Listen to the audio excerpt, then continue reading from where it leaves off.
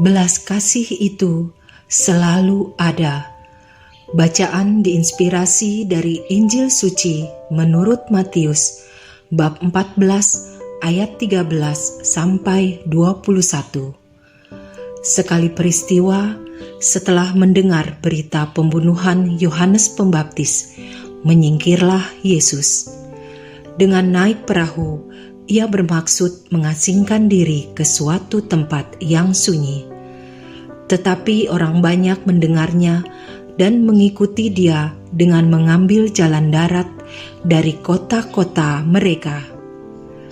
Ketika Yesus mendarat, ia melihat orang banyak yang besar jumlahnya, maka tergeraklah hatinya oleh belas kasihan kepada mereka, dan ia menyembuhkan mereka yang sakit.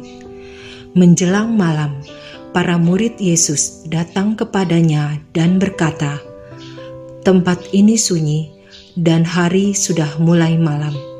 Suruhlah orang banyak itu pergi supaya dapat membeli makanan di desa-desa."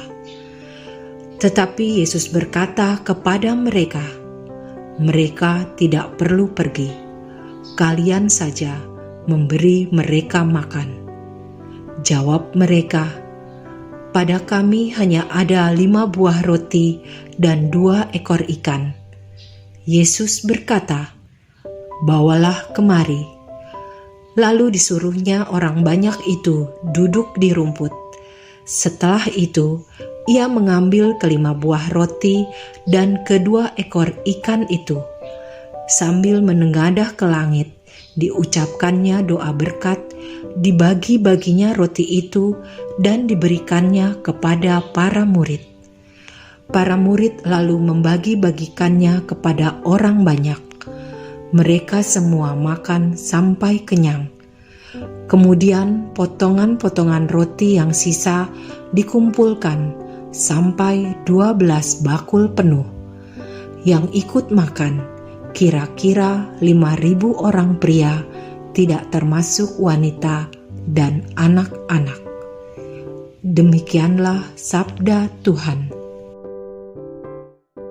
Pernahkah kita mengalami ditinggalkan orang yang dikasihi, terlebih karena meninggal dunia?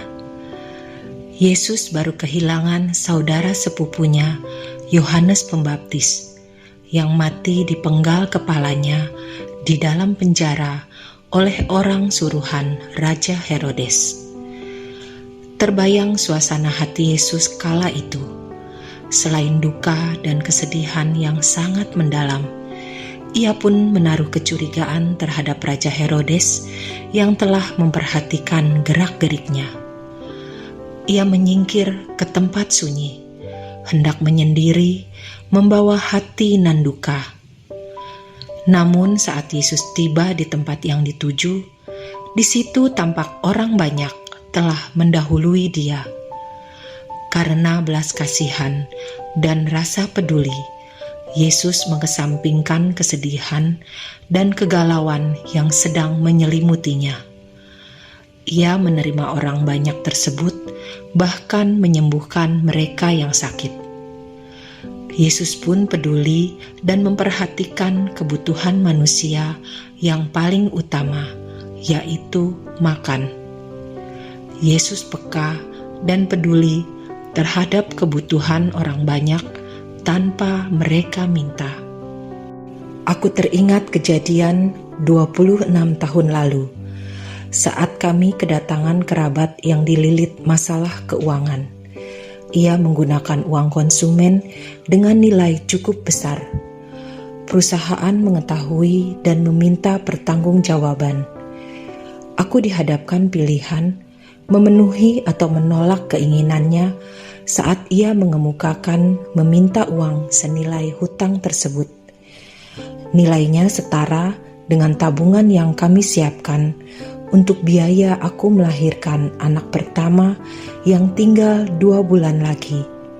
Suami sudah tidak mempunyai penghasilan, ditambah kondisi ekonomi Indonesia dilanda krisis moneter. Banyak perusahaan melakukan pemutusan hubungan kerja. Begitupun dengan perusahaan tempatku bekerja.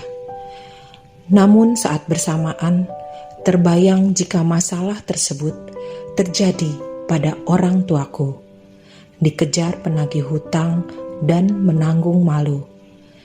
Akhirnya aku memilih memberikan tabungan tersebut dengan harapan biaya melahirkan dibayar tunjangan perusahaan asuransi karyawan dan bila terpaksa meminjam pada perusahaan.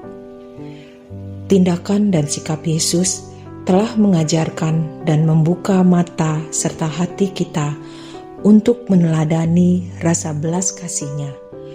Ia mengesampingkan diri sendiri dengan memperhatikan, peduli, serta rela memenuhi kebutuhan orang banyak. Kepancoran membeli pasta gigi. Mari kawan, ungkapkan kasih dengan berbagi.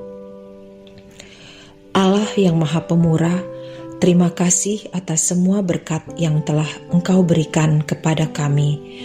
Bukalah mata dan hati kami agar mampu melihat, peduli, serta rela berbagi kepada orang-orang yang membutuhkan di sekitar kami. Amin.